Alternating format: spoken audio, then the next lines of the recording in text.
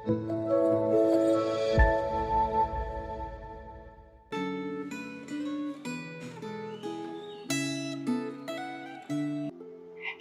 saudara-saudari terkasih, bersyukur hari ini kita boleh kembali berjumpa dalam refleksi Gema hari ini. Mari mengawali refleksi Gema hari ini, saya mengajak kita bersama-sama tenangkan hati kita bersama-sama bersatu di dalam doa. Bapa yang Maha Kasih, terima kasih. Kami sungguh bersyukur karena Engkau adalah Allah yang terus setia dalam perjalanan hidup kami. Sekali lagi kami boleh merasakan begitu besar kasih setia Tuhan memelihara hidup setiap kami.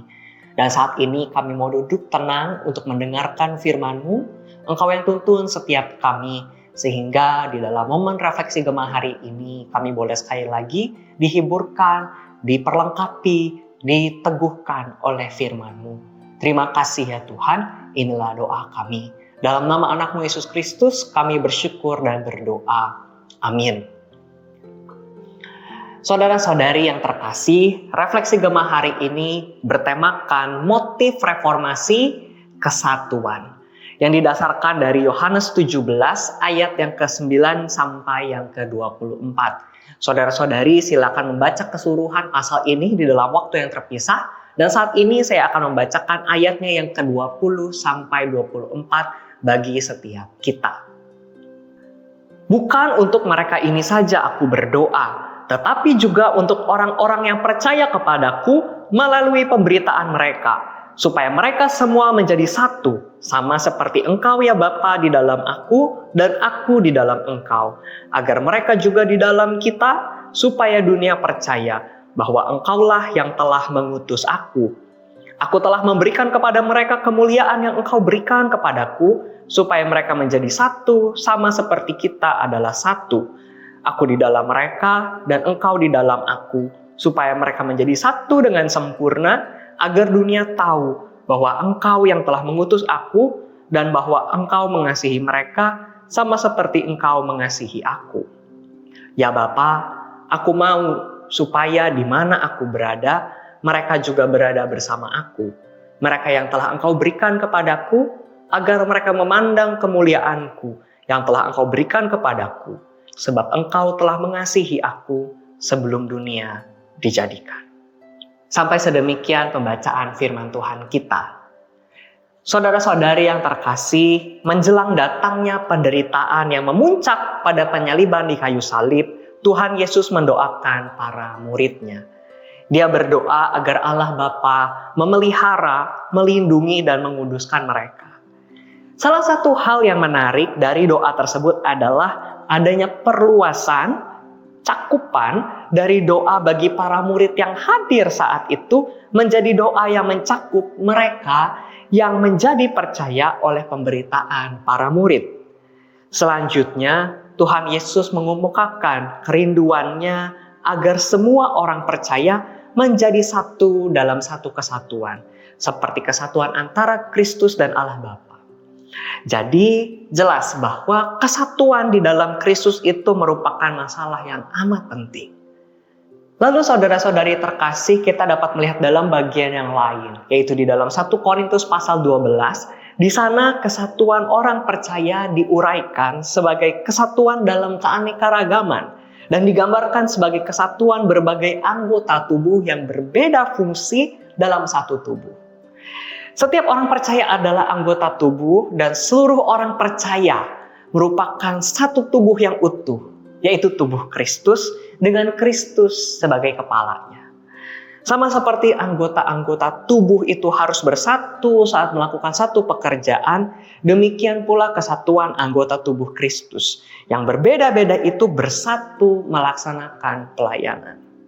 Saudara-saudari yang terkasih, perbedaan di antara anggota umat Allah adalah fakta yang harus diterima. Perbedaan itu tidak boleh menjadi alasan bagi adanya kompetisi atau perpecahan, melainkan harus dimanfaatkan sebagai sarana untuk saling bekerja sama dan saling melengkapi. Dalam gereja mula-mula yang dikisahkan dalam Kisah Para Rasul, kesatuan itu diungkapkan melalui tindakan saling membantu secara finansial. Saat gereja terbentuk pada hari Pentakosta, orang-orang percaya yang berkumpul di Yerusalem sebagian berasal dari tempat yang jauh. Sehingga bekal yang mereka bawa pasti makin lama makin menipis. Oleh karena itu, supaya orang-orang percaya yang merupakan kaum pendatang itu bisa terus membekali diri dengan ajaran para rasul, orang-orang kaya di Yerusalem menjual harta mereka dan memakai uang mereka untuk mencukupi kebutuhan mereka bersama.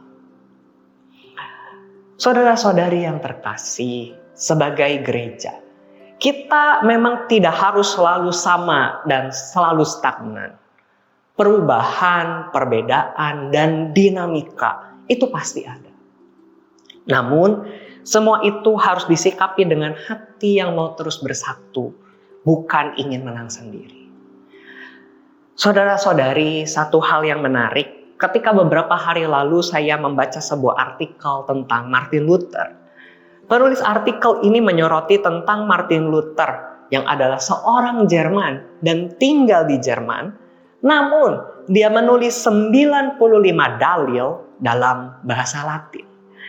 Penulis ini kemudian menafsirkan bahwa salah satu alasan Luther menulis dalam bahasa Latin yang adalah bahasa para akademisi, ya, bukan dengan bahasa Jerman yang adalah bahasa masyarakat sehari-hari pada masa itu, alasannya adalah hanya untuk memperbaiki gerejanya.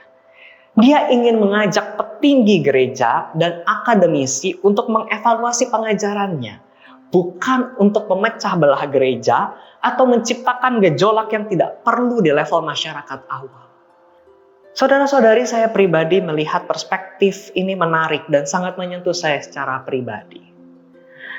Maka saudara-saudari terkasih, saat memikirkan reformasi yang perlu terus kita kerjakan dalam diri kita secara pribadi dan dalam gereja sebagai satu komunitas, ingatlah bahwa reformasi itu harus dilandasi oleh motif membangun kesatuan, bukan membangun keunggulan diri.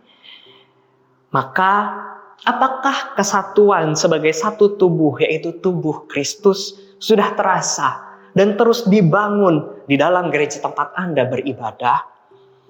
Bila Anda ingin melaksanakan reformasi, ingatlah bahwa reformasi itu harus membangun kesatuan. Mari kita berdoa. Bapak Surgawi, terima kasih hari ini kami boleh diingatkan tentang apa yang menjadi kerinduan-Mu bagi setiap kami. Engkau rindu kami sebagai pengikut-pengikut-Mu hidup sebagai satu tubuh di dalam perbedaan, di dalam segala dinamika dan perubahan. Tuhan, tidak mudah bagi setiap kami untuk bisa menundukkan diri dan mengikuti apa yang Engkau rindukan bagi setiap kami. Namun tuntunlah setiap kami, mulai dari diri kami masing-masing. Ajarlah kami untuk boleh menjadi pribadi yang terus merindukan dan mengusahakan kesatuan di antara setiap anggota tubuh Kristus.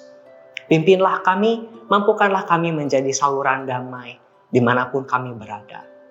Terima kasih Tuhan. Dalam nama anak Yesus Kristus kami bersyukur dan berdoa. Amin.